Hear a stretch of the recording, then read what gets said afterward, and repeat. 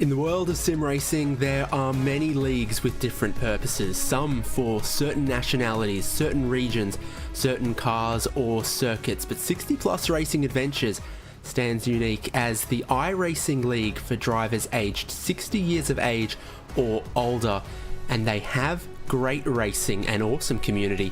And here on RaceSpotTV, we get to bring you some of their races. This is one of them. David Haynes here with Will Chadwick and Dane Baird, our director. Will, it's been an awesome and long-running championship. Just keeps growing in stature and heritage, and it comes to a circuit that you can say the same thing about. Absolutely. This Indianapolis circuit has changed quite a lot over the years. The road course, you know, we've seen the various variants that we've gone through. Of course, this variant that we now run on, more up to date in the modern real world sort of setting, is a very high speed track, I feel. And we've seen these F3 cars around here before. We know it's a challenging circuit. We know it provides good racing, and I think that's going to be no exception tonight. Yes, indeed. So the halfway point of the championship, we brought you live coverage from Barcelona for round one. Since then, they've been to Manicourt, Kota, Phillip Island and New Hampshire. One of those feels like it doesn't quite belong to the rest. Indianapolis road course is where we are right now for round 6, and they have Mugello, Algarve aka Portimao, Monza, Zandvoort, Phoenix and Road America for their season. In this season 30, it speaks to the great success that 60 Plus Racing Adventures has been for an extended amount of time on iRacing. An Indianapolis road course at the Motor Speedway, playing host to this round 6. In the championship, things are pretty close, with John Morgan up top at 190 points ahead of Paul Stump, Russ Addy, Gerhardus Jorrison, Ragnar Wisloff, Mike Grandy, Ulf Olsen, Barry Hills, Richard Coulomb and Jack Turner. Will, there is one name missing from that list, and it's a big one. Yeah, Greg Seitz missing from the list. Also, Ragnar Wisloff, it's lower down than you would expect, but we do know that we're getting to the sort of summer/spring times of the year, and we know Ragnar often takes a few rounds off. It's an interesting championship standing at the moment. As you can see between the top 5, it's incredibly close. And even back from that, the points differences are not that much. Yes, indeed. Super close. We spoke with John Morgan just a little bit in our round 1 coverage. Solid chance we might get to have a word with him again. There are 2 races for 60 Plus Racing Adventures in their Formula Car League. This one, the longest running of the 60 Plus Racing Adventures Leagues, now into its 30th season. And this is qualifying for race number 1 right now. First flying laps beginning to come in. It's John Payne from Russ Addy from Paul Stump. As things run at the moment, this feels like a circuit that it would be pretty easy to bank a lap, but pretty challenging on the second flying lap with the curbs, the track limits, all of that. Yeah, and I think hearing from the drivers, they tend to say that the fast laps come lap 3 to 5 in the race, sort of that sort of period in the stint. So really in qualifying, you know, you're only getting, what is it, 2.5 laps really. You know, you come out of the box, you're just warming the car up initially. So I think we're going to see significant improvements on the final lap, and even then I think we could maybe see faster laps in race trim than we might even do in quali. Particularly once you factor in a little bit of the slipstreaming that Indianapolis Motor Speedway can be known for. Having a look here, this is the final part of the lap. And really, this left-hander, your exit out of there, defines your run all the way around to the start-finish line at the famous Yard of Bricks. It's still John Payne up top. Greg Garris has moved into second. Ragnar Wisloff going to third. and it all chops and changes around right now. You see that timing column moving quickly as John Morgan goes to second. Russ Addy went to fourth. Gerhardus Jorrison jumps to 11th with Ulf Olsen in 7th. It's a good looking field for race number 1 with 26 drivers and many familiar names. Yeah, and as we see Wisloff performing his second lap, he's not able to get pole position. So that's already a surprise, I think. You know, looking at the practice times, it would be odds-on favourite Wisloff to take pole. However, Payne's first lap, or first and second lap, was very, very good and has put him in very good stead for pole position here. So having a look at that order, it's kind of what you'd expect, but also a little bit different. And, you know, I've heard from the drivers that recently in this Formula 3 car, it feels like there's been some kind of tyre model change slightly. So towards the end of the stint, the car doesn't keep getting faster and faster. I know an old characteristic of this Formula 3 car is you tend to have faster laps at the end of the stint, just the tyre always kind of progresses. But now there seems to be a lot more tyre management required and a lot more drop-off. So it'd be interesting to see whether people are struggling to sort of deal with that. I heard there was some problems at Phillip Island earlier in the season with people struggling towards the end of the stint with the tyre wear. And of course, the in-sim date getting closer towards the summer in the sim as well means hotter track temperatures. Only 26 at the moment, but still hotter than we would have seen in the winter months. Yep, for sure. 20 in the air, 26 on the circuit with the sun beating down. It is a quick lap around here, as evidenced by your current provisional pole time by John Payne, a 1 minute 19. So with 2 qualifying laps to do in a 10-minute session. A lot of the drivers are done, but we pick up some that aren't just yet. I think Russ Addy is doing sort of a cool down lap here. Yeah, would definitely seem to be that way. All drivers have actually took the flag for qualifying, so maybe we will be advanced early, which is a feature that was introduced into iRacing about 3 or 4 season builds ago, and certainly very helpful when you have these qualifying sessions that got a little bit of extra time left on them. It's important that when you finish your qualifying, just to still get a feel for the track temperature, of course, between sessions, between states, between practice, so qualifying and the race, you know, the track can change a little bit. So, you know, a seasoned champion like Addy is certainly taking sort of an idea of how to get the track, how the track's kind of feeling at the moment, and whether he's up to speed or not on kind of how the car's behaving across the course of the first few laps. So it's about to be a little quiet on track before we then get very loud in race 1. 19 laps, the schedule distance. So relatively quick again. Lap times just over a minute on this version of the road course. And I would certainly say that a 19-lap race, you know, panning out to be, what's that going to be, maybe 25 minutes, it's a little bit quicker than we're used to seeing, I think, in the 60-plus Racing League. So perhaps a little bit of a shorter race, but I'm sure it'll still be action-packed. Of course, this series now following kind of the Formula 3 schedule like we see in iRacing, with a few changes here and there, like you see the ovals that have been put in place, a tradition of this Formula Championship coming from the Pro Mazda days through to the USF 2000 and now the Formula 3 car. These guys really like to drive on their ovals a little bit at times, so it's something that they opt to put in as a change. Of course, if you want to join the 60-plus Racing League, you do have to be above the age of 60. But as more people turn 60 every day, as David always says, and if you give any of the members a message or have a look on the website or forums on iRacing, you can join this league and come join the fun. I do always say that. Kind of stole your catchphrase there. I do apologise, actually. It's a good catchphrase then.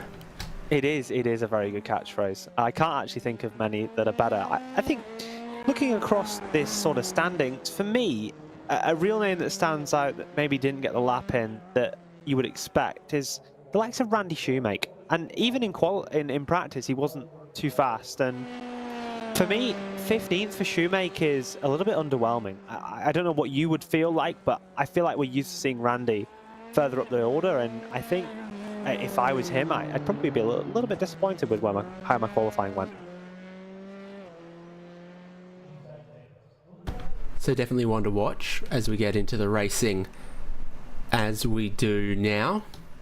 Let's take a look at that grid order for race 1 of 2, 60 plus racing adventures from the Speedway. John Payne and Ragnar Wisloff are the front row of the grid after the qualifying session for race 1. Race 2 will have its own qualifying session.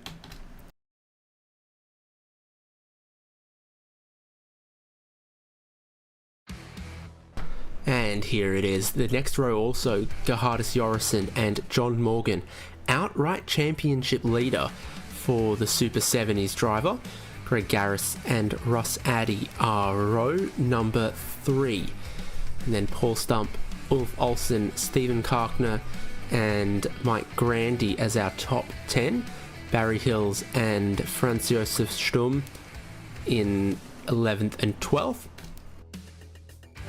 Row behind that, Todd Scholl and Bruce Poole, Randy Shoemake and Eugene Clark 15th and 16th, JC Hay and Earl Setzer 17th and 18th. And then we have Philip Peterson, Douglas Beasley, Bob Kern, Frank Butler, the only Club Indiana driver on the grid, is back home again. And then Richard Coulomb, Jack Turner, David Bradley and Jerry Kerr is our 26 car grid, where everyone set a qualifying time, 19 laps, not too far away.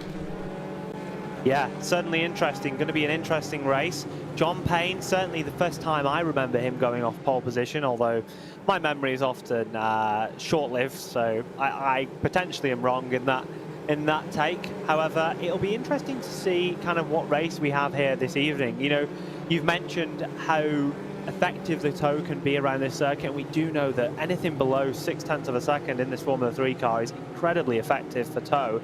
So I can see us forming quite a big pack at the front here and potentially a very, very good race. Has all the hallmarks of a close race where it will be difficult to get away. The pace car is on pit lane. John Payne and Ragnar Wisloff are the front row of the grid. John Payne will have the inside for turn 1 when they get down there. Ragnar Wisloff around the outside, and John Payne has us going already. Out of the final corner, down the front stretch, over the yard of bricks, barreling down towards turn 1 on cold tyres for the first of 2 races in 60 plus racing adventures. John Payne already over onto the regular racing line, onto the brakes, closing up as we get to that squeeze, that pinch point, turning off of the speedway and onto the road course. Drivers already making some spots. Russ Addy and Ulf Olsen, as Greg Garris has been swamped just a little bit off of the race start. Yeah, and certainly a good getaway for the front 2 drivers. You're currently focusing on the kind of the mid-pack at the moment, and yeah, a lot of people seem to have got away pretty cleanly. Not too many movers at this moment in time. As I say that, have a car off in the background. Unfortunately, looks to have taken a bit of a half spin through the chicane, maybe clipped some of the larger curves through that section, which can definitely grind the car out and send you into a spin. So that's a shame for that driver who's had an issue. Maybe we'll get a read on who exactly that was in a second. Russ Addy, trying to go forward, has ended up going backwards. His move on John Morgan hasn't stuck, and he's now side by side with Ulf Olsen behind the race lead, where John Payne's about to lead us through the completion of lap number 1. Ragnar Wisloff and Gerhardus Jorrison still nipping at his heels. It's the battle for 4th, 5th and 6th that contains the most intrigue up front right now. There they go, completing lap number 1. First, second and third all strung out, but then 3 wide in the group behind. Looking down the inside goes Greg Garris, but he has to get on the brakes relatively early, and the drivers around the outside hold their position. Ulf Olsen with 5th, Garris in 6th, Russ Addy not getting the traction he needed, now 7th. So it's El Setzer, who we saw took a spin in the background of your shot earlier on. Addy going quite ambitious around the outside there, not able to pull it off in turn number 3. Looks to be the biggest mover of your field so far in this opening lap is Ulf Olsen and Eugene Clark, both going up 2 positions on that opening lap. So this is Olsen and then Garris, and now Paul Stump has gone past Russ Addy. So he's come from 6th on the grid forward to 4th, now backwards to 8th in the span of just 1.5 laps, as he ended up out of position through the opening part of the lap and then continued to fall backwards, again pulling off the speedway through this chicane part at the final part of the lap that then sends you back onto the famous banking of the Indianapolis Motor Speedway for the completion of lap number 2. John Payne had great qualifying form, but as we look down the front stretch, he's still got a couple cars in close proximity for the race lead. Despite the fact that John Morgan took a relatively slow lap number 1, and that gap opened up in front, has just set the fastest lap of the race. It's 1.6 seconds between him and the top 3, but that fastest lap in relatively clean air is pretty impressive. You see it at the top of your screen now. And yeah, so that's very impressive pace from the likes of John Morgan. It looks like we're going to have a move to the outside for Gerhardus Jorgensen on Ragnar Wisloff. Wisloff very, very late on the brakes there and is able to fend off the position for now. Yep, Wisloff defends the position as Jorgensen got closer. Now John Payne has a lead out past 1 second, and John Morgan will be catching the both of these. There he is, just appearing, looming menacingly behind Gerhardus Jorgensen. He drops away from Wisloff a tiny amount. So great racing so far, all amongst the field.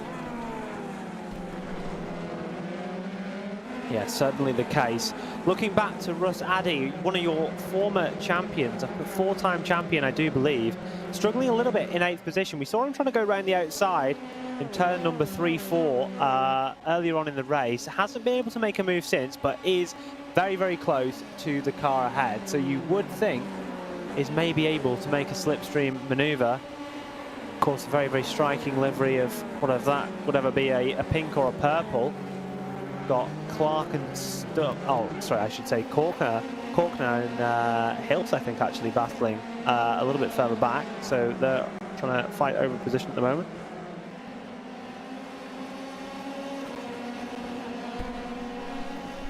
Battles every single which way you look, and this one is for 10th and 11th.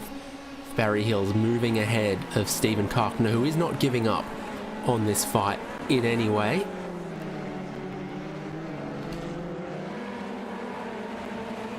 Multiple changes of directions through here. Tough in the dirty air. Tyres are up to temperature now, though, on lap 4. And we're definitely cold off the start, and that track temperature remains at about 26 Celsius. So everywhere you look, top to tail of this field, 1st to 26th, drivers still engaged in battle. There's just a little mistake from Paul Stump as he ran wide. Russ Addy gets through on Greg Garris, now trying to line up Paul Stump for 6th. Looks to the outside, up against the concrete wall, and I'm noticing such a powerful toe from about crossing the yard of bricks to the braking zone here in towards turn 1, where we're briefly 3 wide, plenty of lockup going on. Maybe even 4 wide at one point there, but that's worked out so well for Russ Addy.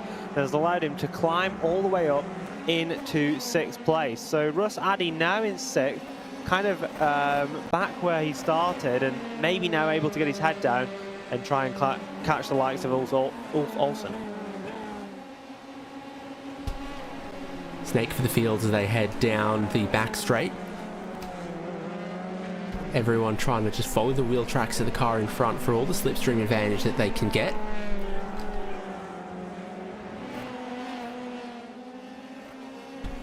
And Russ Addy's trying to catch Ulf Olsen there as Paul Stump goes along with him. it's certainly something you can do at this sort of circuit when you've got a faster car that's just passed you ahead, or somebody who's just got a little bit more pace than you have. You can stick to the back of them, as you can see here. Paul Stump, who is keeping nice and close to Russ Addy. Gap of what looks to be around about half a second, if not a little bit under that. Allows him just to pull along, and Addy and Stump both set their personal best of this race so far.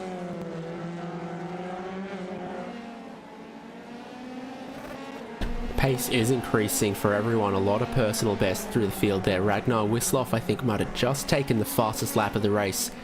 Well, Gerhardus Jorrison also went personal best in third.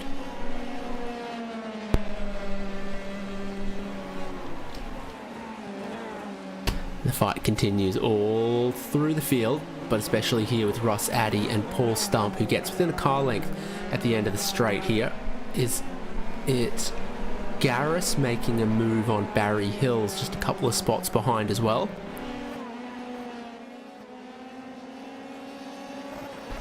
Scholl gets ahead of Clark, and then that changes again.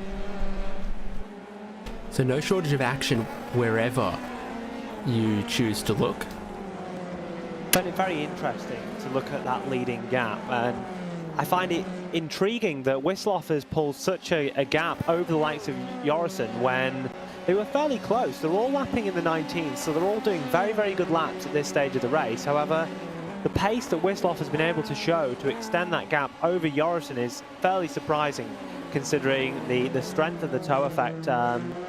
When you're pretty close to the car behind, maybe we've seen an issue there for Ulf Olsen, who was 9/10 of a second slower than Addy behind on the previous lap. Yep, big gains made by Russ Addy up towards 5th place here. And a good exit out of the right-hander, and then keeping it flat out through the little chicane and then to the braking zone here. Ooh. Late look to the inside and then thinking different of it. So Russ Addy stays in 6th for the moment, but he's closed in on Olsen. And maybe it's down the front straight that he looks to make a move. You'll see the drivers using a lot of curb at this circuit. Curbs are essentially an extension of the tarmac here, all very, very small, in the exception to a few on insides of corners, but generally to open up inside here and the exit here, these curbs are very, very flat and can be used really, really well, and have not yet been struck by the new 3D curb model by iRacing, which does tend to be a little bit slippier at the newer circuits like Mugello, Algarve, etc., like these drivers will be going to later in the season. Addy to the inside then of Olsen on lap number 8 to the inside, brakes a little bit earlier, but then releases the brakes and gets the move done. Up into 5th position then, into the top 5 for Russ Addy, your former champion. He'll be now looking to see if he can set some good laps and maybe catch the likes of Morgan. However, I do see it being unlikely. Yeah, tidy move, well timed by Russ Addy. And then a couple of good corners after that, he manages to scoot and skedaddle a tiny bit further down the road. And rather than having Olsen potentially striking back, Olsen's now got to worry about the next driver, Paul Stump, and how that might go. So Addy cleanly to 5th.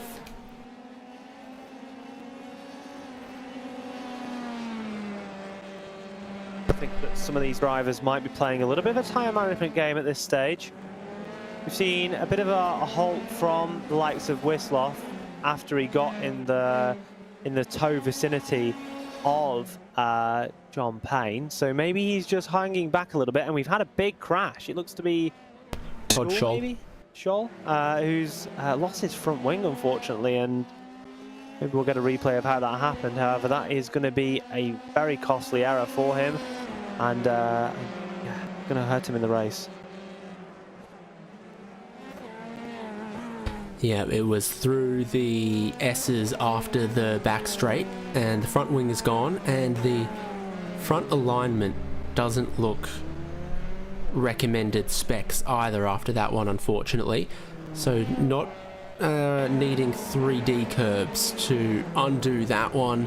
Bit too much slip angle. Change of direction didn't happen as the car spun out to the left, and found part of the wall there. Yeah, and that's unfortunate for Scholl then. And that's near the museum, and I don't think his car will be going there. No, maybe the wing. Maybe the front wing, though, because he seems to have left it there for them as maybe a little bit of memorabilia. Maybe he'll get back after the race and sign it. That could definitely be the case. Well, thinking to the racing action at play, it looks to have kind of broken out into two packs then at the front. You can see it clearly as they're both going along this main straight here. Payne and Wislaw kind of in a group of their own, then followed by Jorgensen and Morgan battling over your final podium position. Morgan is always one to sneak a podium here or there. Speaking of people who might try and sneak a podium, Rosati sets the fastest lap of the race. So there's still some action to play out in this one, reaching the halfway point of race 1 of 2 for 60 Plus Racing Adventures. John Payne and Ragnar Wislaw still inseparable at the lead of the race, just yo-yoing a tiny bit. Wislaw currently sitting about 7/10 back, and then trailing off them Jorgensen and John Morgan 3rd and 4th, while Russ Addy is full steam ahead with a personal best last lap, taking him away from the battle between Ulf Olsen, Paul Stump, Mike Grandy and Greg Garris that is brewing. Barry Hills and Stephen Karkner still debating the final spot inside of the top 10 until Stephen Karkner's just had an issue. Oh, that's unfortunate for Karkner. A name that I don't think is as familiar to us, me and you, David. So clearly a newer name in the series, but I think we definitely have seen him before, and it's unfortunate really that that's happened as he was battling inside that sort of top 10 area, and unfortunately maybe we'll struggle to fight for that top 10 this race, but there's always another qualifying session to come in the second race. Yep, it's a fresh, clean slate for race number 2 when we get there. Jorgensen's looking a little tidier for 3rd place as he's dropped John Morgan. So John Morgan's now behind him, and then Russ Addy closing in behind that. And Olsen also in the back of the shot as we had the long camera down the back straight. Did you see any of the pictures of the Eclipse event from here? Not from this circuit. I saw the Eclipse obviously televised on the news a little bit, but I didn't see it from the Indianapolis circuit. There's some cool pics from the event that was here, including the totality over the famous pagoda, the start-finish line building there, and some other stuff like that. Always some excellent photos that can come from these sort of events.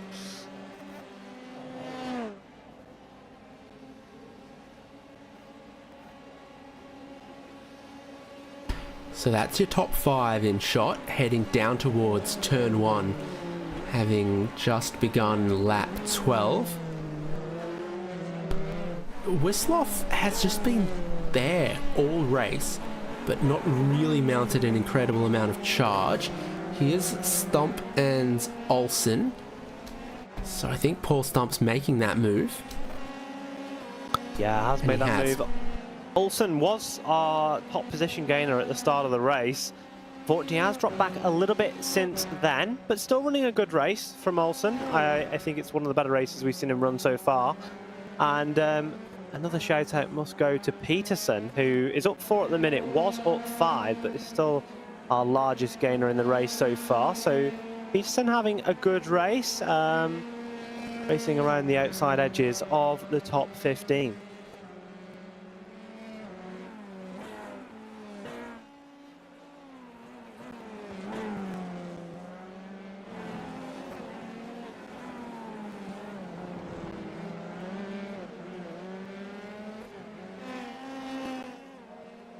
Another lap completed from Indianapolis Motor Speedway. John Payne in the lead, but it's the slimmest it's been in a little while. Here comes Ragnar Wislaw, looking to the inside of turn 1, looking to take the race lead. He gets in there super hot, but keeps it on the track and takes the race lead. Wow, what a clinical maneuver there from Wislaw. Payne will be looking to fight back instantly. The gap is only just over 0.2 of a second as we start onto this main sort of back straight here. So that's going to be easily close enough for Payne to have a look. If he wants to have maybe a little bit of a dive, he's going to look towards the inside as they go down towards the 7, 8, 9 section. Looks like Wislov has completed that move rather cleanly and maybe now kicking on, try and generate a little bit of an advantage to defend this lead. If he's been saving just a little bit of something, he's timed his run very well to the back third of the race to then get clear and perhaps strike when John Payne has less tyres left to respond with. And a little mistake perhaps in response there as John Payne runs wide through the left-hander, gets some of the grass, compromises your run onto the longest straight of the circuit, and will mean Ragnar Wislov's under less threat when he comes down towards turn 1, and now has a whole lap in the lead of this race. Yeah, and it looks like Payne is just starting to let the mistakes creep in a little bit. Looks like we've got some more issues for Clark and Korkner. A message over the radio from Korkner saying sorry, so perhaps there was a smaller issue or a bit of contact between there, and a tow to the pit lane as well for Korkner. Yeah, there's been a big coming together, and it's that front to rear contact between Korkner and Clark. Yeah, and it's a real shame. As you can see, it just looks like Korkner kind of misses his braking point a little bit and really just snaps the rear wing off that Dallara Formula 3 car. And then we've got some more issues there with Jack Turner and another car dropping down. So it's all started to kick off a little bit. And in the mix of that, Peterson, who I gave a shout out to before, is now up 6 positions in this race. There we go. Wislov out to 1.2 seconds of lead from John Payne, so great qualifying pace, great opening pace from John Payne. Ragnar Wislov appears to have just a little more with 5 laps to go. Wislov ahead of John Payne. Gerhardus Jorgensen and John Morgan really not that far behind them. John Morgan with a good lap the lap prior. Russ Addy still in his sort of 5th place no man's land. Ulf Olsen has probably been the driver with the most exciting race, and he's in battle with Mike Grandy right now. Bit of a switchback over under situation between himself and Grandy, with Greg Garris just behind. Wow, how close was that? Thought Ulf Olsen had maybe been passed by Grandy. There's some really aggressive racing here. This is very, very interesting between the two of them. Not leaving anything on the table. Grandy locks up and goes wide, and Ulfen remains in 7th position. Fantastic stuff inside of the top 10 between Ulf Olsen, Mike Grandy and Greg Garris in 60 Plus Racing Adventures from Indianapolis Motor Speedway. Olsen manages to survive the attack just a little bit longer. Grandy and Garris still queuing up, coming through the final part of the lap here. Again, so tempting to run wide out there, and that's what Mike Grandy's done. Got a little bit of the grass, gone into a slide, had to grab the brakes to save it, and he's lost out spots to Greg Garris, and Barry Hills also goes through. Yeah, and that's what can happen when you're just maybe making a little bit of mistake. We're getting a nice driver's eye view here, powered by the cameras you see at Formula 1 circuits, and it's a really nice shot of what's happening with Morgan here. Looks like he's going to get a run on Jorgensen actually for that podium position. So that's potentially, I was going to say, a move on there, but yeah, some interesting camera footage from the driver's eye view. No eclipse glasses there for Jorgensen and Morgan. And look who's rocking up onto the 3rd place battle scene.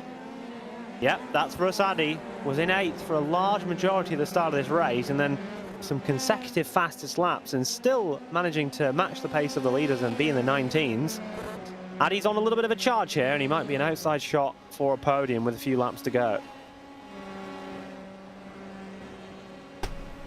especially if they begin to battle each other a little bit between Jorrison and Morgan. And out of turn 1 they go, side by side on the speedway between Olsen and Garris for 7th and 8th. Olsen's got the inside, Garris goes around the outside, bit of tyre smoke in the air as there almost inevitably always is at turn 1 there. Good move from Garris, tough to defend now though, as Olsen has a dive to the inside in the next right-hander. No traction off the exit though, Garris defends around the outside. Yeah, and potentially still a move on down this straight. However, as we said, Olsen's run was a little bit less good than Garris's was, so unlikely to be able to dive to the inside here. And yeah, Garris has 7th position as things stand for the moment.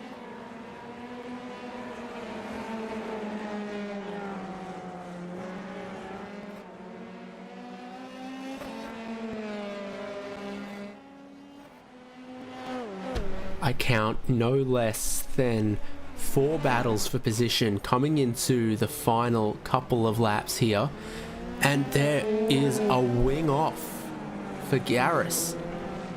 No And rear wing, no also rear Olsen. grip, dramas for Olsen. Here comes Barry Hills. He'll get the both of them. Ralph Schumacher, is that you?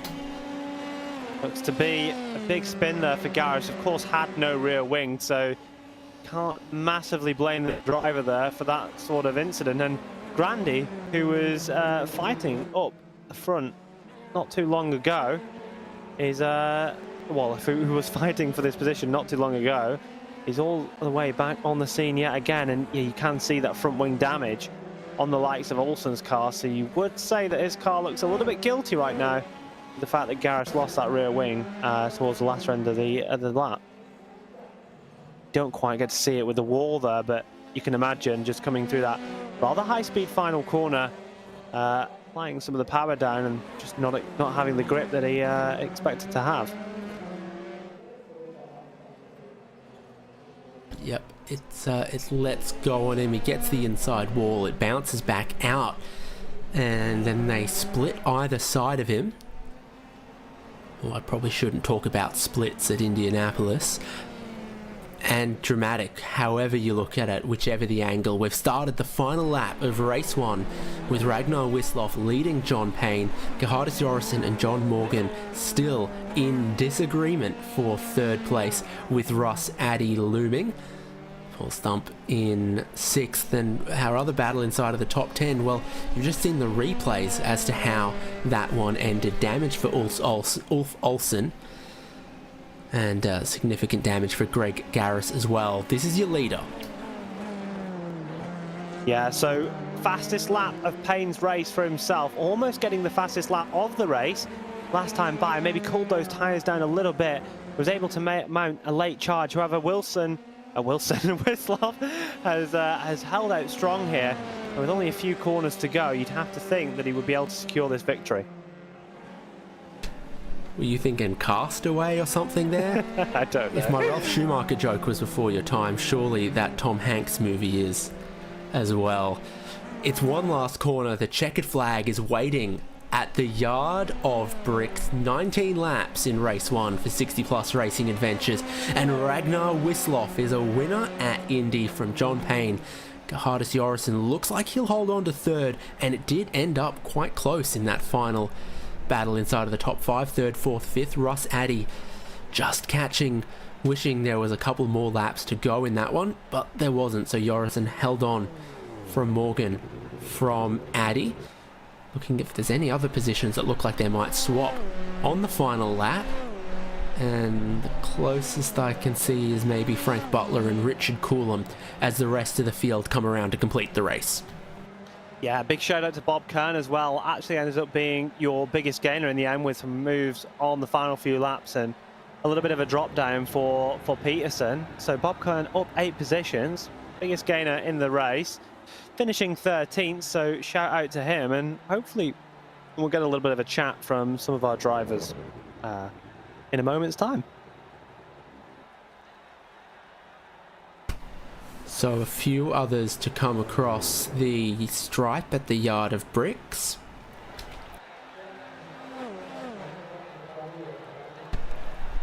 I want to tell you, you don't feel the bricks at racing speed, but on a formation lap or something, you do.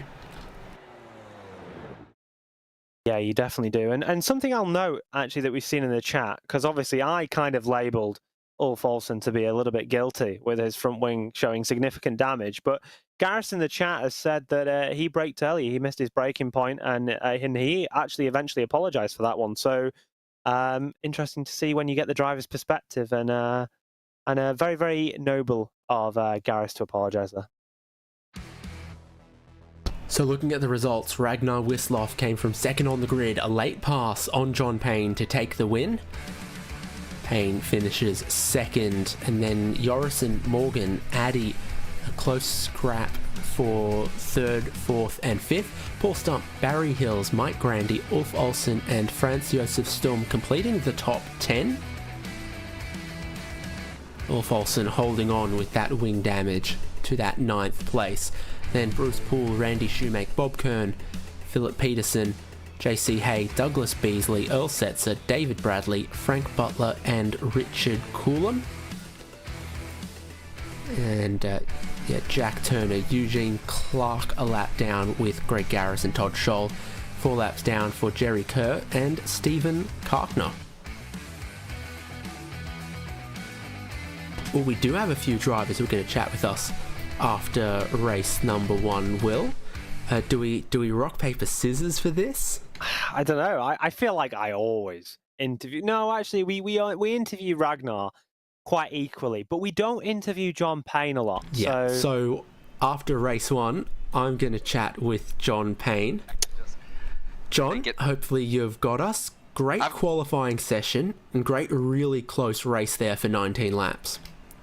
Yeah, that was a good lap for me for qualifying. I was real happy with that. And then once the race started, I couldn't shake him. And I think I used up all my stuff trying to, I was just trying to get him out of the draft, and I just couldn't do it. And then once he passed me, my goal was, okay, let me ride in his draft and give it back to him. But he broke me. So then I did all I could to get back in that 1 second gap, and I did at the very end, but there wasn't enough time left. I don't think I could have done anything anyway. My tires were gone. But yeah, fun race. So what's the difference? You're maybe a little better on the colder tires, and then Ragnar's managing them over a race distance a little bit better?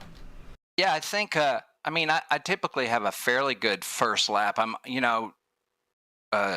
Greg Sainz is here, you try to gap everybody just that first lap if you can, and it worked for everybody except for Ragnar. But yeah, he was managing his tires a lot better than I did. And how are you finding this Dallara F3 car? Still relatively new to 60 plus racing adventures. I like the car. Ragnar was talking, he feels there's been a change because the tire degradation it seems a little more severe now, or maybe we're getting used to it and just starting to throw it around more and, tear up the tires more. So I don't know, one or the other, but yeah, I like the car. It's a good formula. So yeah, it works for me. And the circuit, obviously, up there as one of the most famous, prestigious racing tracks anywhere in the world. The road course maybe doesn't carry exactly the same cachet as the 2.5 mile speedway, but certainly it's got that high-speed slipstreaming characteristic to it. Yeah, I hate this road course, but I think most in the real world, I think it's not looked on favorably. But yeah, with the long straights, you can get a good draft and you can keep up. So maybe in this next race, if I don't get on pole, maybe I'll just try to take it easy and try to baby my tires a lot longer and just try to hold with whoever's leading.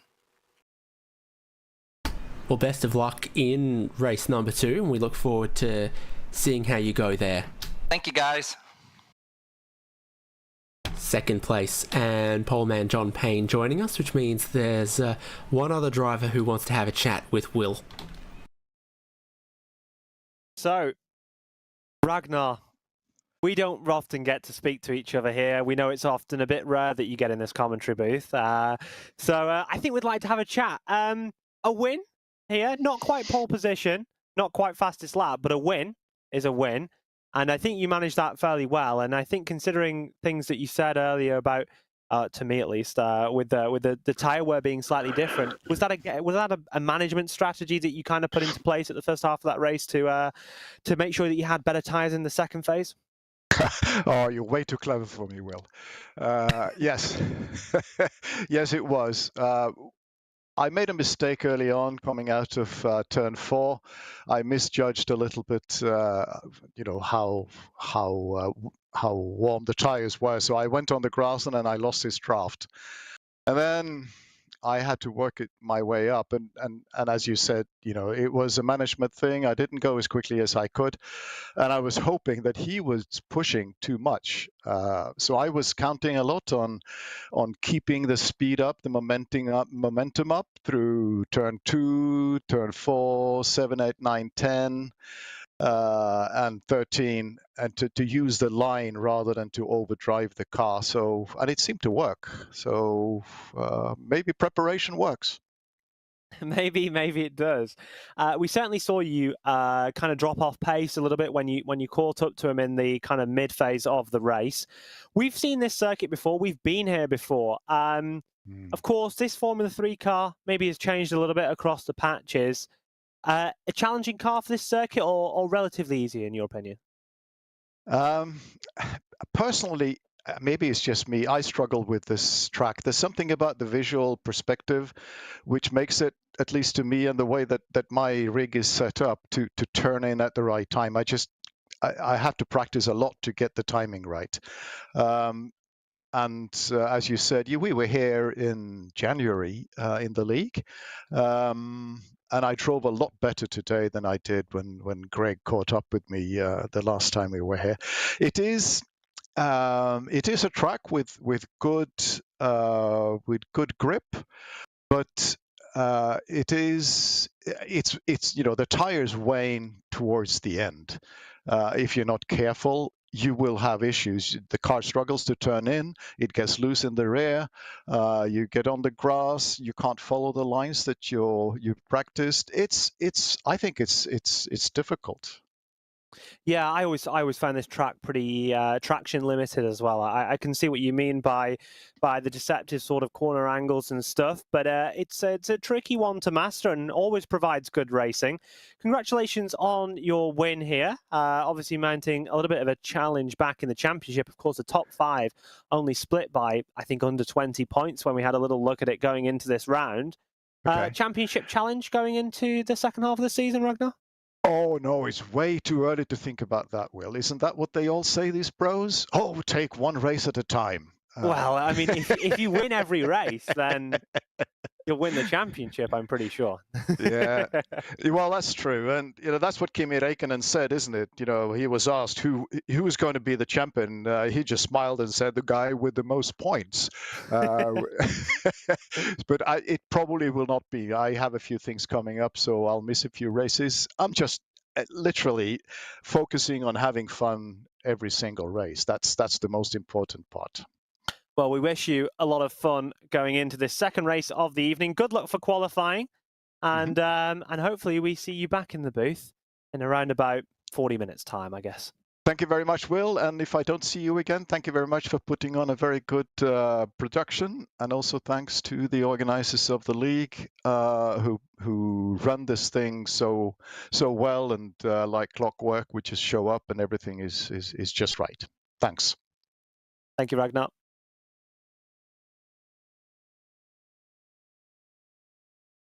Well, there we go. Thank you, Will. Thank you, Ragnar.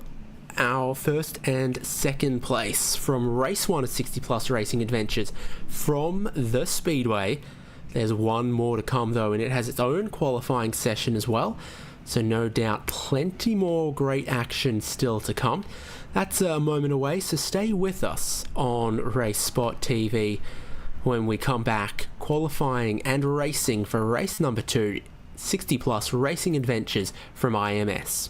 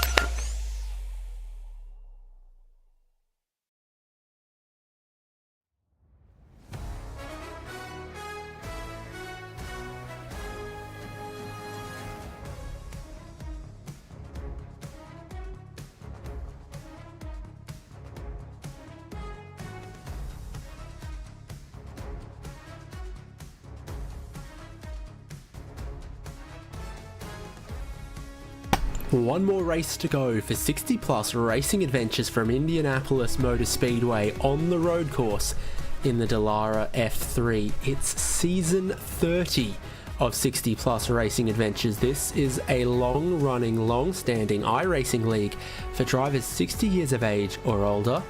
Before Will Chadwick can beat me to it, David Haynes always says more people turn 60 every day. We're looking forward to this one, Will. Indeed, and William Chadwick always says that grippy grass is better than slippy grass. I'm interested to see what qualifying has to bring for us. Our second qualifying session here this evening, and certainly could lead to some slightly different results. Yeah, it's possible. It's a 10-minute session in this qualifying. The drivers get 2 flying laps, and we established the first time around the laps are pretty damn quick around here in this car, underneath 80 seconds. So you imagine that our pole time could be set relatively soon. Drivers are on their out laps at the moment. The driver furthest around that I can see is probably John Morgan, actually, who's not far away from getting the first of 2 flying laps underway. What we also discovered out of race 1 is that on a short lap like this, even by the second flying lap, your tyres are not quite where you would like them. Someone overshoots turn 1, demonstrating the fact. Yeah, and it is a bit of a tricky circuit, especially on colder tyres. You know, we spoke with Ragnar. He kind of spoke about how he struggles a little bit with this circuit in his personal opinion. And as we ride on board with Paul Stump in the Pennzoil liveried Dallara 3, you'll get a little look around this circuit. Turn number 1, it's kind of a 90-degree corner. Got a sort of semi-lift, medium-speed left-hander, followed by turn 3, which is completely flat out, and turn 4, where you'll be aiming to drive all over the curb as much as possible. A fast left-right chicane then is the next thing that you're going to be doing as you head then down on to this fairly long straight. Good opportunity for overtakes in the race. Pretty boring in qualifying. Hard on the brakes. Down towards the next corner, going to be another 90-degree left-hander, followed by an S's section. Going to be all over the curb on the right, all over the curb on the left. This next corner, you can really climb over the curb on the inside and cut it to get a smoother line, carrying more minimum speed through the corner.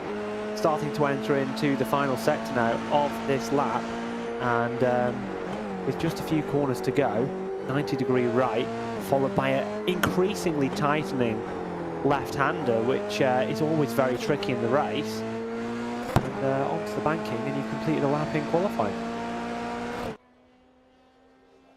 Flat out to the line will go Paul Stump, and we'll soon have a group of lap times coming in. John Payne up front, just fractionally ahead of John Morgan, Barry Hills. Other times coming through. 26 drivers we had for race number 1. See exactly what we get to in race number 2. But trying to improve on that first flying lap. The driver had pole in race number 1.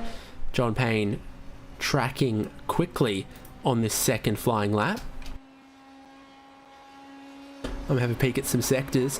Well, it's all personal bests, but it's not purples.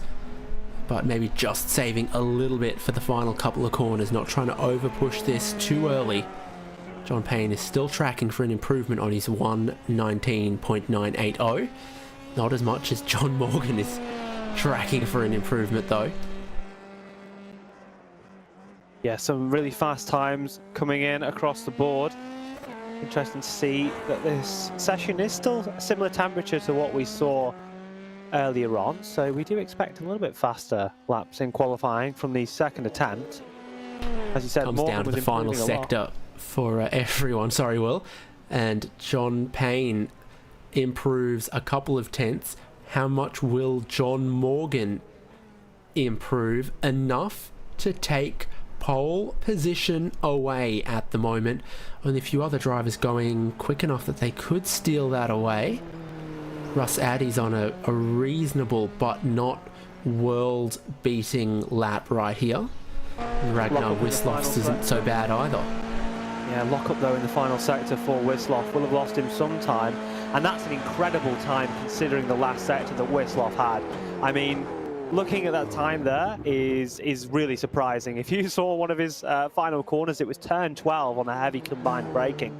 Locked up and completely missed the exit, so I think he'll be surprised with being able to stick that one on the front row for the time being. He had them all beat by tenths of a second in the first sector and managed to carry it all through to the end. Got Gerhardus Jorrison and Mike Grandy with laps still to do in this session. This is second flying lap at a Jorrison, who stays to the right hand side, crossing the line and jumps all the way up to the second row. Good lap. Yeah, good lap there from Jorrison. Puts him in a good position for the race. Randy Shoemake looking to do a little bit better. I know we spoke about him at kind of the start of the last race. Didn't see much of him in the race generally, but he's doing slightly better than he was from his qualifying position last race out.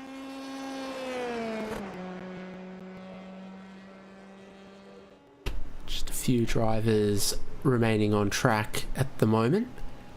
Mike Grandy jumps a handful of positions there to 10th, and if I'm reading this right, still has one more lap to go. Through lap 1 he navigates with just a little bit of the elevation change there, trying to keep it tidy on the exit of 2. This could yet be a solid qualifying session for Grandy.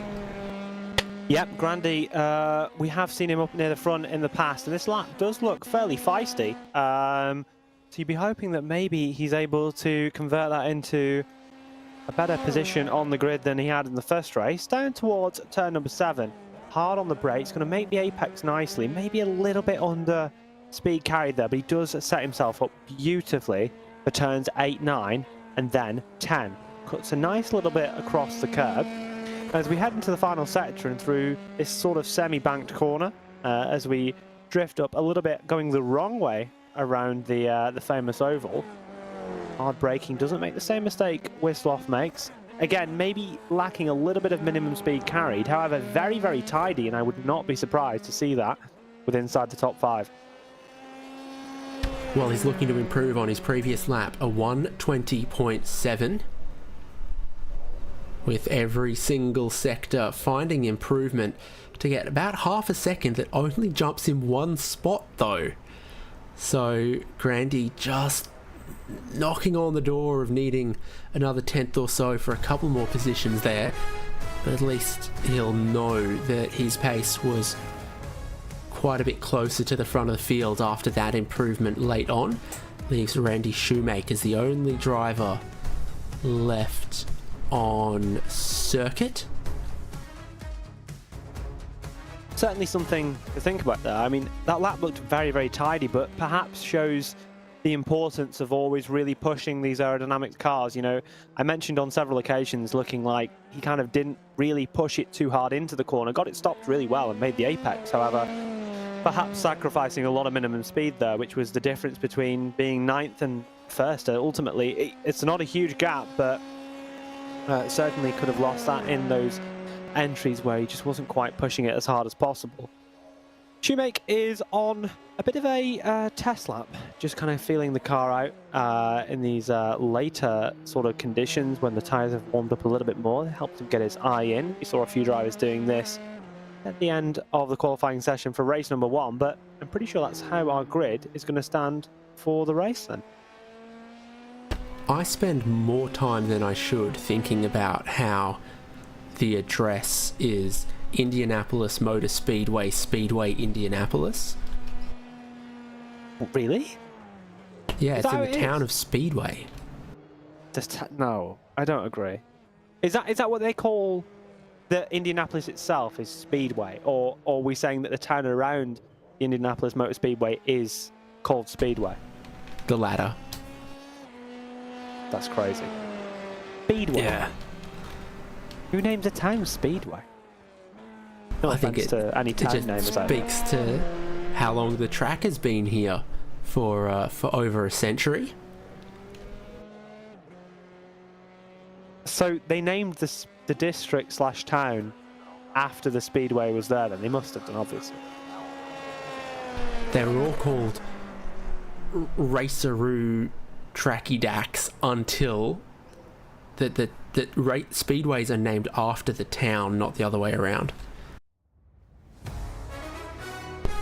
No, I don't think anyone's ever going to fall for that. True Jackie Dacks. I think we should bring that back. Yeah, that could be the way to go. The way to go at Indianapolis Motor Speedway is racing for race 2 of 60 plus racing adventures. We'll take a look at the grid for their second and final race. The race 1 winner is on pole, Ragnar Wisloff from John Morgan. Row 2 is Gerhardus Jorrison and Russ Addy. Race 1's pole sitter is back in 5th place, John Payne, sharing row 3 with Barry Hills. Then behind them we find Ulf Olsen and Paul Stump, Mike Grandy and Stephen Karkner, Todd Scholl and Franz Josef Stum.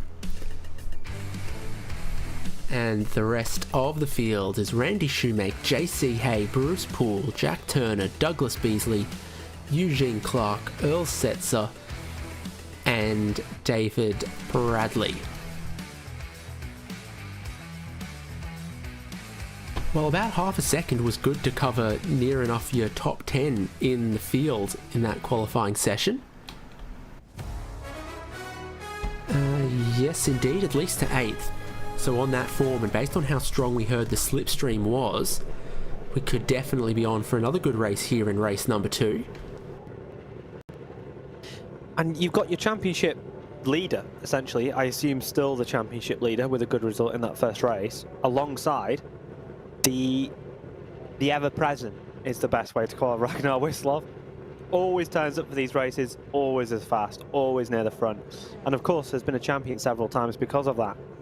And I think it's an interesting dynamic really, because we often see John as a more tame and calculated character, whereas Ragnar can be a little bit more aggressive. I certainly wouldn't call him aggressive as a driver. However, generally, we would see Morgan be a more passive driver.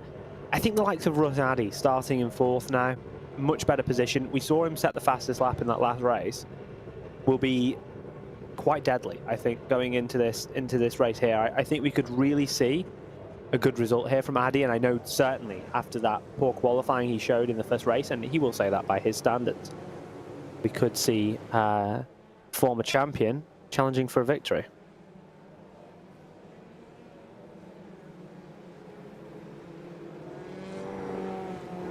We're rolling on this formation lap, and once again it's 19 laps on the books for 60 plus racing adventures at Indianapolis Motor Speedway. 2 wide for this start. John Payne took us to the start of race number 1. Ragnar Wisloff will take us to the start of race number 2. Certainly will do. Let's see the tactics at play. So we see Wisloff warming his tyres. Don't quite see it in the camera shot at the moment, but it was certainly giving that steering wheel a vigorous left and right, doing a little bit of temperature. We'll be thinking about launching the car away not too far from now. The pace car will pull off to the pit lane as we speak, and it is now up to Wisloff to control the pace and conduct the race start. Can't describe how happy I am about some of the changes to the pace car behaviour, where it now kind of drives like a pace car. And Ragnar Wisloff is done pacing the field. He's ready to go, and he puts the hammer down onto the front straight. Green flag in the air over the yard of bricks with 19 laps to run. A good start from Wisloff. Gerhardus Jorrison been caught out somewhat as John Morgan, Russ Addy, a few others are going to try to get past him on cold tyres with the run through turns 1 and 2. Wisloff will be relatively happy with that. Everyone who's still on the road will be relatively happy with their race start. except 2 positions lost early on there for Jorrison, and now finds his teammate Barry Hills directly behind him, heading out of the chicane and onto the back straight. Is there going to be a little bit of team orders here? So looks like to be a swap between the 2 teammates, Hills and Jorrison, potentially fighting, and Olsen's got into the back. Olsen with a huge crash into the back of Barry Hills, missed his braking point completely. That is a really, really big incident on the opening lap here. Olsen was side by side in his own battle, maybe looking left, not looking straight ahead. He's gone in and caused a bit of an incident there. And Barry Hills maybe justified to not be pleased about it. Ragnar Wisloff with almost a second of race lead as he goes to complete the first lap, with John Morgan, Russ Addy, John Payne in very, very close company back there, 2nd, 3rd and 4th. Then a little bit of a gap to Gerhardus Jorrison, who's under fire from Mike Grandy and Stephen Karkner. 1 lap completed. Racing still hot on the speedway. Russ Addy may be looking for another spot here. Yeah, would certainly be the case for Addy. Needs to make moves quickly in this race if he wants to try and get onto the back of Wisloff. We know Morgan doesn't really have the pace from the first race. Not saying that he won't be able to find it. However, you know, truth would say that cleaner pace for Addy is really, really strong here. And I think he really needs to get past Morgan if he wants to be able to challenge Wisloff later into the race, because with that toe already broken, Wisloff is a dangerous man in a leading position.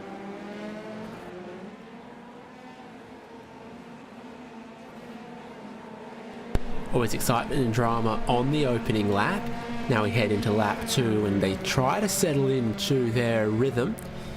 Ragnar Wisloff, he knows what he did successfully in race 1, which was stay with the leader and not overextend himself. So what does he do now as the leader in race 2? Try to break that toe and get out of here? Or is he just managing the gap to John Morgan, to Russ Addy and to John Payne at this phase? There is your top 4, and there appears Mike Grandy, who's made his move on Gerhardus Jorrison, then Karkner, Sturm, Scholl and Shoemake. That sounds like a fun show. Sturm, Scholl and Shoemake. Easy to say quickly. Yeah, it does sound like a nice little rhyme there between the lot of them. Of course, in a nice little battle for the outer echelons of the top 10. Like you were saying about Wisloff in that leading position, you know, I think Ragnar understands iRacing pretty well. He understands the tyre model. So I'm confident that he'll be running his own race and not thinking about stuff too much. However, you always want to keep a buffer in terms of the toe. You always want to be ahead by more than the toe is capable, because then you're not helping your competitors behind to set faster lap times. And I think that's really, really important for Wisloff to maintain, even if it is causing him to cause a little bit more damage to his tyres than would be ideal.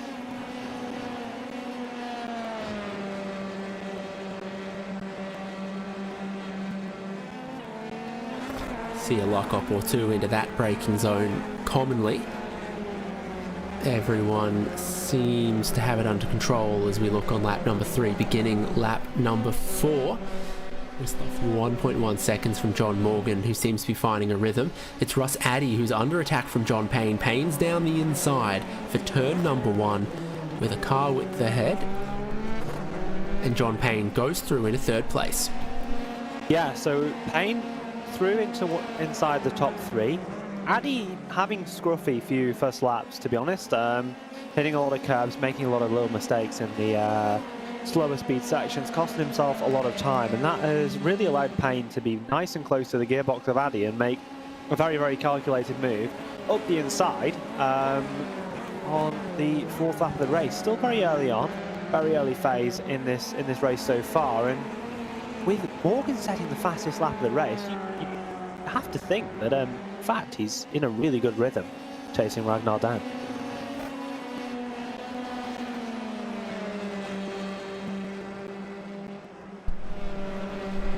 Other battles through the field: Sturm and Scholl, Shoemake and Poole, JC Hay, Jack Turner and Eugene Clark. We appear to have unfortunately lost our hometown hero, the Club Indiana driver. No. Really? Yeah, which is a shame. That's ruined my day. That has ruined my day indeed. But the show must go on. There's the top 4 battle between only 2.5 seconds as they crossed the line last time by. Oh, that's suboptimal. Ah, that is suboptimal. That was the incident that we saw early on. Yeah. At the race start, you see Ulf Olsen side by side with Grandy, I think it is there. And in those situations, yeah, you're asked to look in so many places, and in trying to outbrake the guy to your left, you can't outbrake the guy who's directly in front of you.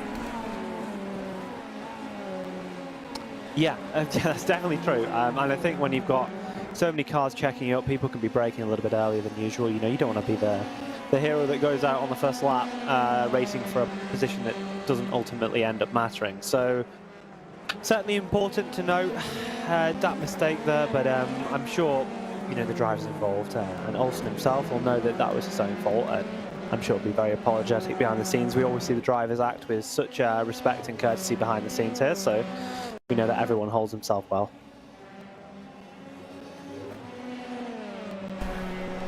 Grandy under attack with the counter attack from Gerhardus Jorrison.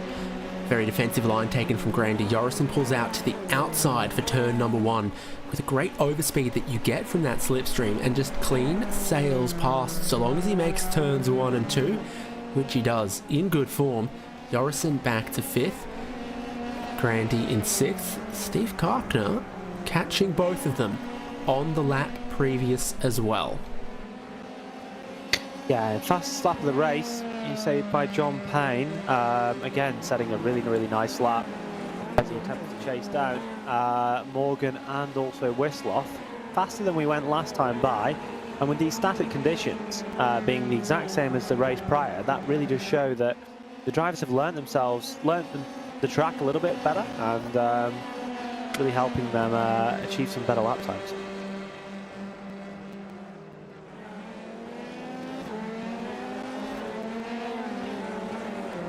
Taking a look at 2nd and 3rd still. Payne just gets a tiny bit of the grass on the outside of that left-hander. A little deceptive. The apex is always later than you think. The track tightens up late in that left-hander. It's one of those corners that's very, very tricky to drive in any class of car, because, like you say, it tightens up on the exit.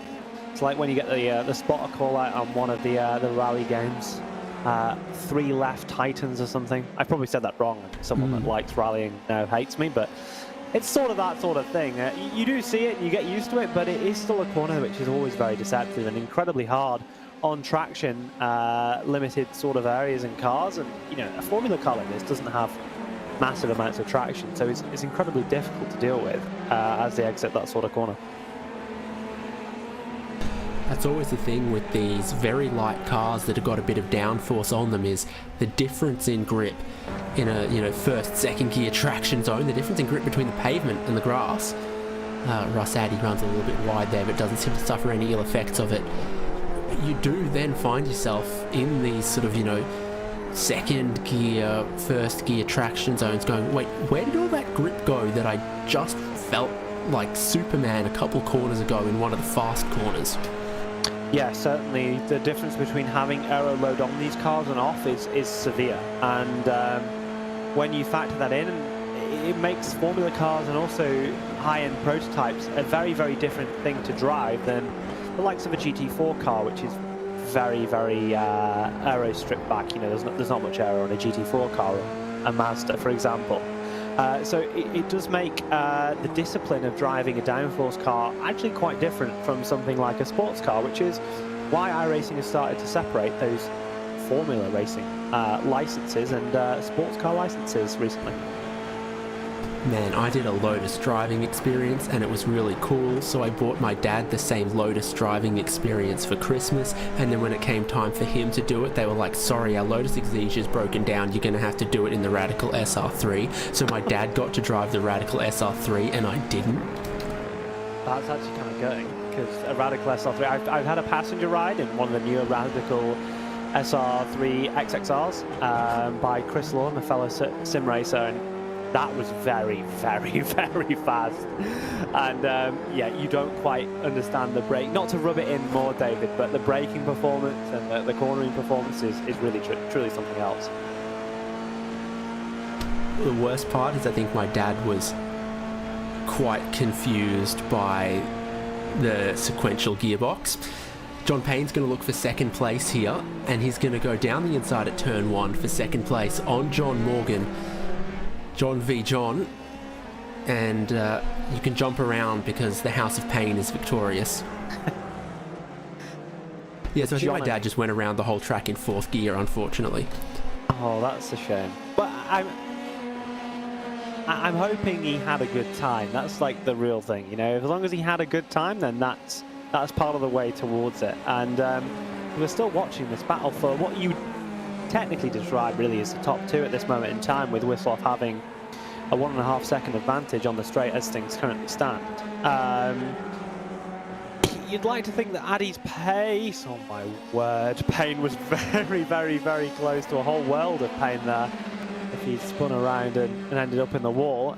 You'd have to think with what Addy is showing in pace, he'd be able to jump into that top 3, and he's gone round. The overheating of those rear tyres has cost Payne massively as he's looped the car around. He's now down into the 5th place.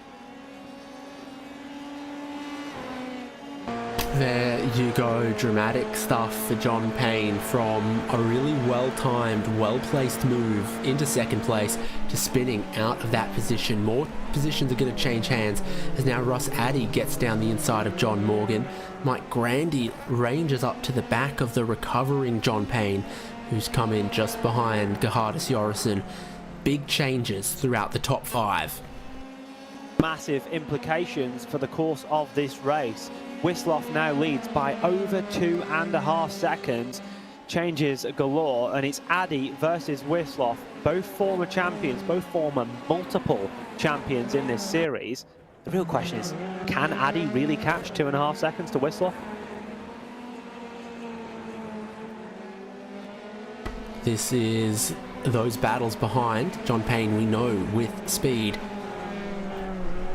Now in behind Gerhardus Jorrison, and with Mike Grandy behind him, that's 4th, 5th and 6th. Carpenter's pace has also taken a little bit of a drop compared to what we know he's capable of. He was closing in on some earlier.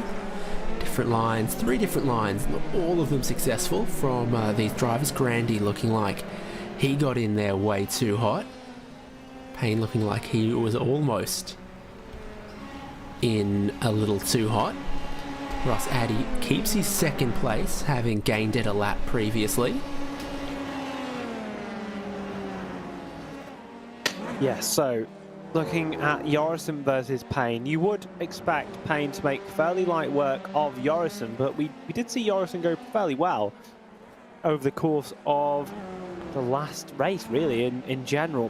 Payne looks confident, but on the edge. He's really pushing this car to its limit, but with already that one mistake that he's made, you are slightly doubting whether, you know, he's starting to push a little bit too hard. But we'll certainly see whether he's able to regain his composure, make this place up, and then I guess chase after doing at least a clean race and maybe picking up any scraps if we do see a mistake from the top 3. Jorrison's running 4th. Meanwhile, his teammate, who was tagged on the first lap, looks to be out of this in 20th place. That's wide of the apex. Not great drive from Jorrison. Now John Payne is all over him, making the move out of the final corner before they even straighten up across the start-finish line. You'd maybe want to get a little bit more of a slingshot effect than that if you were John Payne, but he has the inside and will make great use of it. Yeah, certainly a move that was fairly good there from Payne. However, now he is in a bit of no man's land as things currently stand. You know, from his perspective, you can kind of focus a little bit on just putting together clean laps, trying to extend your advantage to Jorrison. and seeing if anything can happen to the cars ahead. You're watching those cars ahead, currently spectating John Morgan, the third of that trio, and it certainly looks like Addy's having a good middle sector as he's closed that gap a little bit across the course of this lap.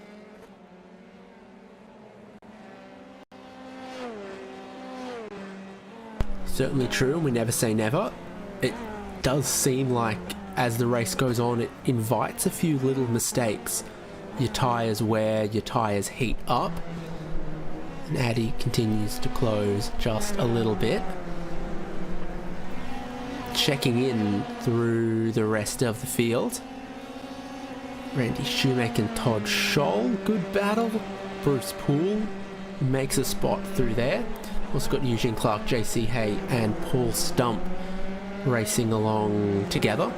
So this is Scholl, who has just been passed by Bruce Poole in front, wearing the same livery as John Morgan. Midway point of the season, and the drivers definitely do put some stock into the team's championship, even if you and I don't quite cover it off as comprehensively as we do for the race wins. Yeah, it's certainly true. There's various team alliances across the course of these races. We've seen some legendary team liveries over the course of the year. The banana cars that we've seen before. Team Italian Turtles. I don't remember that. Who used to drive in Team Italian Turtles? Oh no. Remaggio de Pasqua, or someone de Pasqua and someone Remaggio? I don't remember personally, but I'm going to believe your opinion on that, and I'm going to also back you up and advocate that I missed that too. I mean, it's, you know, one cowabunga catchphrase and a slice of pizza away from being trademark infringement, but a great team name. Absolutely a great team name. All of these names are great team names. Don't we have, is it Anglo-Dutch Racing? Is that the Jorrison and Hills? Yeah, it is. Yeah, it is. See, my memory serves me correctly. JC Hayes under attack from Paul Stump, 13th and 14th positions, heading down towards turn 1. JC Hay defends the inside. Paul Stump goes the long way around the outside and makes it look graceful. Indeed, a nice manoeuvre there for Hay for that position. A nice clean pass, and you know, we don't talk about it enough, I feel, but the driving standards in this league are far above what you would normally see from 99% of leagues and 99% of races. You know, although there's an incident here and there from people spinning or small mistakes, people make mistakes all the time. That's what humans do. And I think that when you see how respectful these drivers are with each other and how they race each other, it's always a pleasure to watch these guys race and to commentate on this league.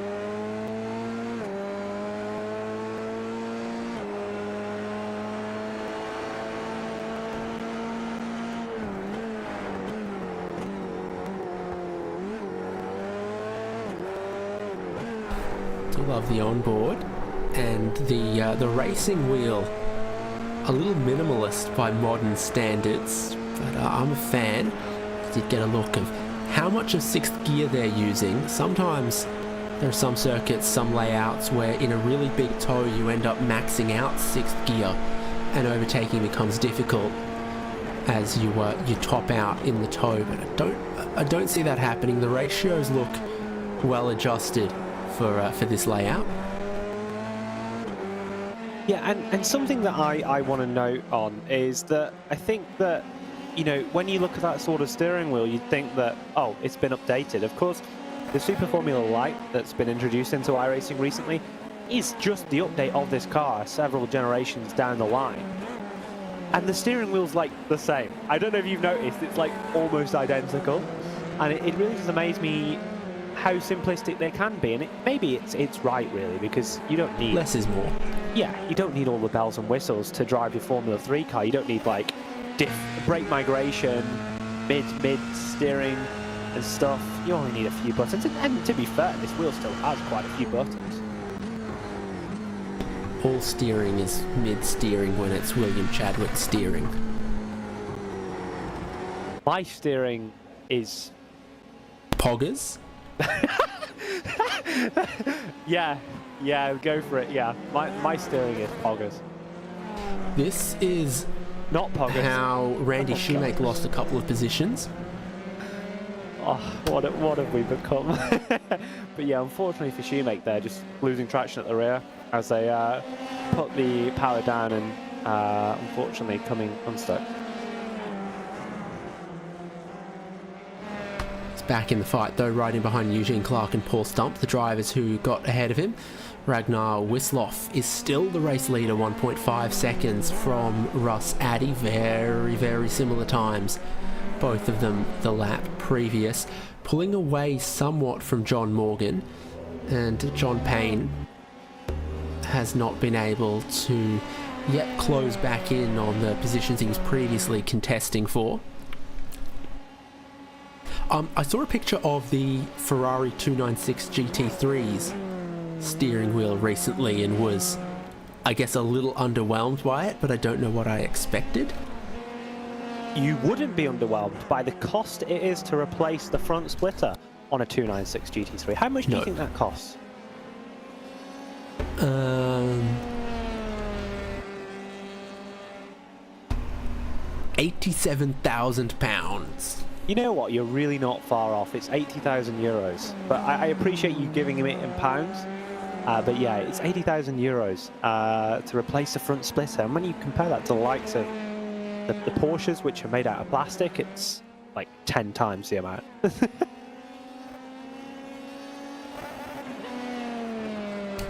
couple of other positions changing hands. Paul Stump just got around Eugene Clark in the later stages of this race too. John Payne and Gerhardus Jorrison trading lap times as they go as well. Payne running fractionally wide in the final sector there. Keeps Gerhardus Jorrison within range on the front straight to slipstream him, no matter what Marcus Ericsson, Joseph Newgarden and break the toe techniques John Payne might have up his sleeve. Indeed, and Jorrison has really performed very well after getting passed by Payne. You know, maybe Payne's killed his tyres a little bit. We saw him at least pushing very, very close to the edge and over the edge at times in that opening phase of the race. And I think for Jorrison to be able to stick onto the back, it's a testament to how much toe there is, but also to how well Jorrison has drove. Just remember, any small mistake will drop you outside of that 6th, 7th, 10th window, and then your toe's almost non-existent. So a big testament to Jorrison for keeping on the back of Payne, and maybe would he be able to even challenge for 4th later in the race. Your battle for the lead is now closer than it has ever been before in the course of this race after lap number 1. Addy has shown that pace that we kind of expected from him at the start. He definitely has grown into that race in the sort of pink liveried Red Bull car. He's within inside 1.2 seconds here, and his real aim is to get it below that second and to really start to use that toe as much as possible. As you can see, he already knows that he's not really getting toe, so he's not fighting to dive between it. But unfortunately, time flies so much that I didn't even realise we're on the last lap. Yep, one more lap, and it's a quick little lap. Ragnar Wisloff's got 1.3 seconds of lead over Russ Addy. You would certainly think that Wisloff would be able to secure it from here. Addy's drove a really good race, but unfortunately it's a little bit too late. You know, just before the end of the race, it's just too little too late, and unfortunately that's just going to lead Addy to just come up a little bit short here. Wisloff has got a few corners to go. It's been a while since we've seen him take a double win in this series. The likes of Seitz and everyone has kind of come along and kind of knocked Wisloff a little bit off his crown.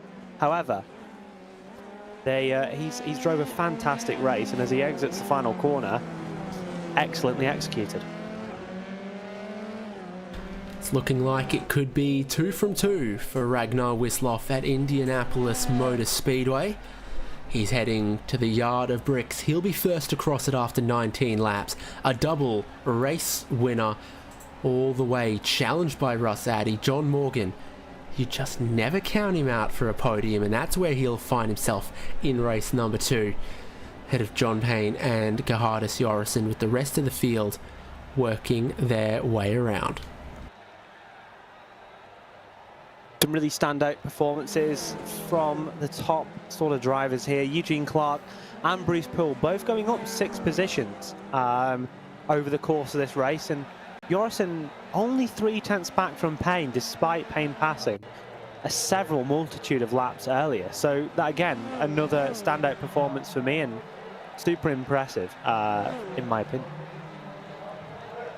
JC Hay and Jack Turner take the flag there from Earl Setzer. Douglas Beasley and David Bradley and Ulf Olsen, the next 3 to make their way out of the final corner and greet the checkered flag.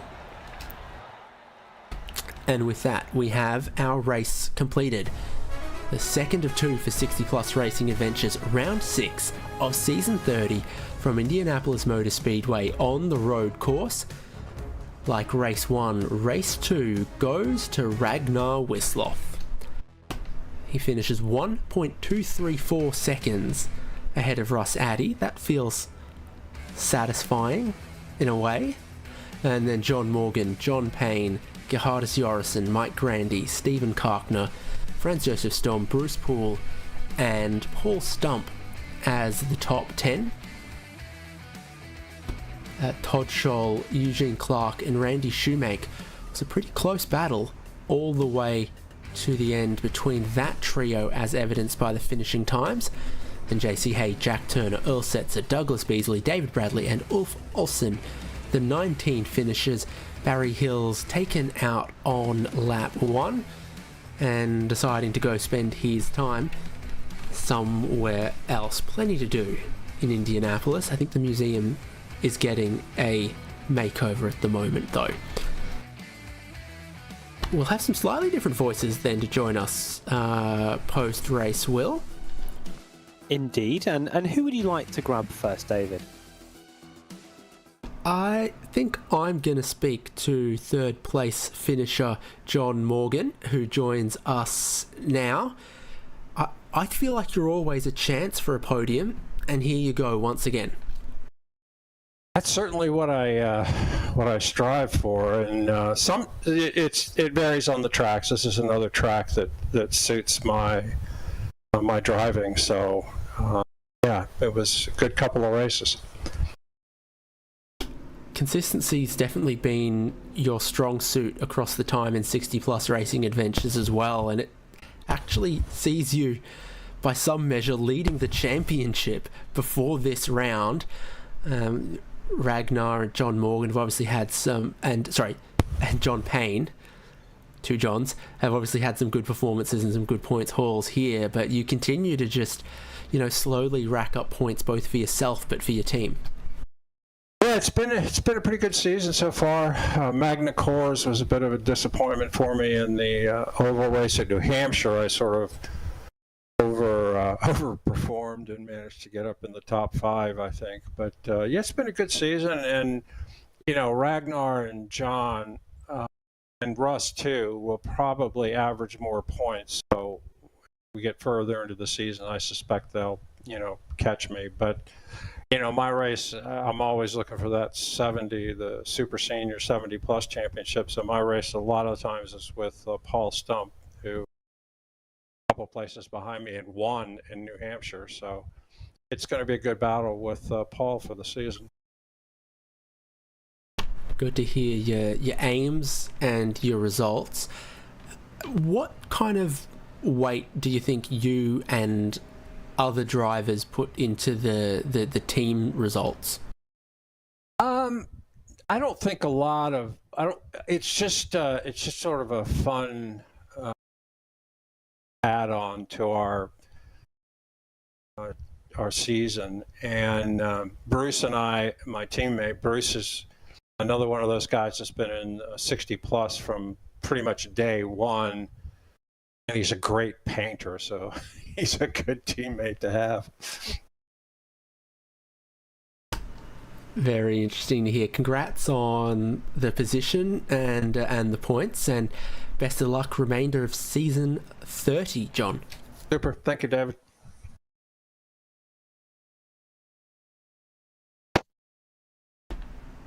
Will, how about we move up the podium as we go? Absolutely. I will take Russ Addy off your hands, or not ever in your hands, but we'll interview him right away. Hopefully we didn't catch you off guard, Russ, but first time on the podium this evening. We noted that your qualifying didn't maybe go to your standards, I would certainly say, in the first race. We saw how much pace you had across the race, but a little bit too little too late in that final race of the day, and although you had great pace, you're not quite able to catch Ragnar before the end. Yeah, I think once he got that gap at the beginning for the first few laps, it got to drive so hard to creep in on someone, and just pray that he makes a mistake. Although it's Ragnar, so there's very few mistakes. Absolutely, you know, we've seen Ragnar do some very, very good results across his time in this series. What would you say is the main thing that changed between your qualifying performance or your general performance in race one, specifically qualifying, because I think that's where was your sort of downfall in the first race, to race number 2, where you were able to do a better qualifying performance and get on the podium? I think I'm a little too careful in qualifying because you can't afford to get a 2 1Xs or even a 0X. I think I'm a little too cautious. I always race better than I qualify. So that's what it is. You know, what are you going to do? But a very, very good race for your second race there, and certainly had great pace across the course of the event. Something to maybe take forward. We've been to this Indianapolis circuit on broadcast before. Any takeaways from this visit in comparison to the last? No, this track is really difficult because it's so flat, and all your braking marks, you know, on the tough corners, you're looking at the apex, and your braking marks are, 45 degrees off to the side. So there's not a lot of help, and it's tricky track, that's for sure. Certainly is a tricky track. Well, we love your pink Red Bull livery, as you have been running for the last probably a season, 2 seasons now. Yeah. And we hope to see it back on the podium when we return later on in the season. We wish you the best of luck for your championship in the following rounds, and congratulations on second place. Yeah, thanks, guys. As I always say, I do well when you guys broadcast, so I got to keep up the trend. Perfect. Thank you very much, Russ. Okay. Thanks, David. William. Well, there's only one left, David, and I'm pretty sure he's yours this time. Ragnar Wisloff joins us, a double race winner, presumably exclaiming in sheer joy. Absolutely. Thank you, David. Yes, this is a little personal victory for me. I've really struggled with this track, and so be able to master it twice is very satisfying. Yes. It's not got much in the way of elevation change at all, and it's not super long, but it still appeared challenging. Oh, yeah. Obviously, the way that the racing was, we saw John Payne have a little error as well. What was driving the challenge and your focus? It's, some tracks are patience tracks. You just need to be patient, keep your throttle low and keep your trail braking for long and just get the timing right. And I think this track is a line track. You just have to get that line right every time. If you get the line right through 7, 8, 9, and 10, that's, easily 2-3 tenths of a second. And the same thing if you get it right in 12 and then coming out of 13 all the way down to turn 1, that's easily a couple of tenths as well. So you just need to get that right. And that coupled with the fact that it's, as I said to Will, there's something about the visual perspective that makes it difficult to hit the apex and get the turn in right. You just have to, practice a lot to get it right, to get the timing right. And in this race number 2, you couldn't let up with Russ Addy just matching you for a bit there? Oh yeah, having Russ on your tail is certainly a challenge. So he crept up from 4 seconds behind to 1.2, and I had to sit up in the chair and go a little quicker. I didn't want him in draft, so I had to up the game a little bit. But I think I had a little bit of tires left.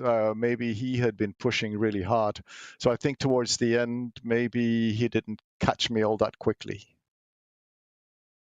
And can we get a very brief nautical update? Yes, she goes in the water on Saturday, so and I'm almost ready. So I'll be very happy next Wednesday.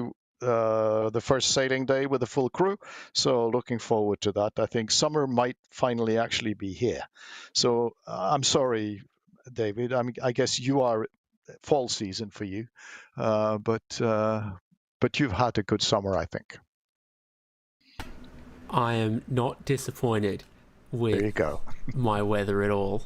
I'll be honest with you. It's I wouldn't trade with you, but I would trade my car for your boat, mayhaps. Ragnar, congratulations on the double wins, each of them with their own unique challenge, needing to make the pass in race 1, needing to hold off the pack in race 2. And best of luck with wherever your racing and your hobbies take you for the rest of the season. Well, thank you very much, David, and hope we will speak again. And I can't forget to say thank you, Stumi. Fantastic. Okay, guys. Thank. Cut him Now, off while he was saying thank you. You did that on purpose. I wouldn't cut off Wow. a double race winner. That is just not for me to do. Okay. To the victor, the spoils, I say. he cut and himself Ragnar off, Wisloff deserves them after 2 races. He definitely does deserve the spoils. The dominant force here at Indianapolis, this time for your mid-season sort of round here and our broadcast event for the 60 Plus Racing League Adventures. I can't even speak now apparently, but yeah, he's certainly the dominant force and very good double win from Ragnar himself. Some of these 60 plus gentlemen are more coherent than Will Chadwick, but he's got a couple of years to sort it all out. This is the rest of the calendar for 60 Plus Racing Adventures 30th season. Mugello, Portimao, Monza, Zandvoort and Phoenix Speedway to come before they finish their championship at Road America, the National Park of Speed, and that'll be live here on RaceSpotTV May 29. I've been David Haynes with Will Chadwick and Dane Baird. We look forward to seeing you for more 60 plus racing adventures on RaceSpotTV.